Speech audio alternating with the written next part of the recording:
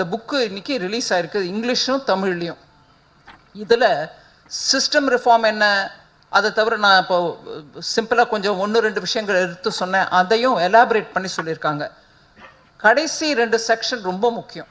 தமிழ்நாட்டுக்கு இந்த GST reform மூலமாக எந்தெந்த பொருட்கள், நம்மளும் சோப்பு, டூத் பேஸ்ட்டு, எண்ணெய் பல நாட்டில் இருக்கக்கூடிய எல்லா பகுதியிலையும் யூஸ் பண்ணுற மாதிரி யூஸ் பண்ணால் கூட தமிழ்நாட்டுக்கென சில குறிப்பிட்ட பொருட்கள் இருக்கின்றன. அந்த பொருட்களோட லிஸ்ட்டும் கொடுத்துருக்கோம்.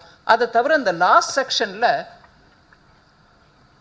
இப்போ பவானி ஜமக்காலம், தஞ்சாவூர் பொம்மைகள்,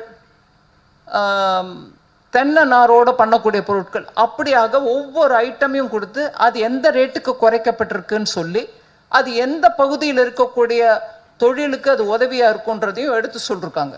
ஸ்பெசிஃபிக்கலி தமிழ்நாட்டுக்கு இதனால் என்ன இம்பேக்ட் இருக்குன்றத தமிழ்லையும் ஆங்கிலத்திலையும் நல்லபடியாக எடுத்து சொல்லியிருக்காங்க. இது தவிர கடைசி செக்ஷனில் செக்டர் வைஸ் இப்போது அவங்க கொடுத்துருக்க உதாரணம் ஃபார்மர்ஸ் அண்ட் இரிகேஷன், விவசாயிகளுக்கு இதன் மூலமாக என்ன கிடைக்கிது, என்னென்ன ஐட்டம்ஸ்லாம் குறைச்சிருக்காங்க, எந்த மாவட்டத்துக்கு அது இமீடியட்டாக பெனிஃபிட்டாக இருக்கும் அப்படின்றதையும் எடுத்து சொல்லியிருக்காங்க. Vehicles and mobility, personal care, house hold, kitchen, பாத்திரம், வீட்டுக்கு உபயோகப்படுத்த பாத்திரத்தை கூட ரேட்டு குறைஞ்சிருக்குன்றதை எடுத்து சொல்லியிருக்காங்க. அதனால் இந்த புக்கை நீங்கள் பார்த்தீங்கன்னா உடனடியாக உங்களுக்கு ஒரு இண்டெக்ஸ் மாதிரி எல்லாம் கிடைச்சிரும். என்னெல்லாம் ரிஃபார்ம், என்ன பொருள் விலை குறையுது. அதனால் இதை கொஞ்சம் எல்லாருக்கும் டிஸ்ட்ரிபியூட் பண்ணுங்கள், எல்லாரும் அதனால் பயனடைவாங்க.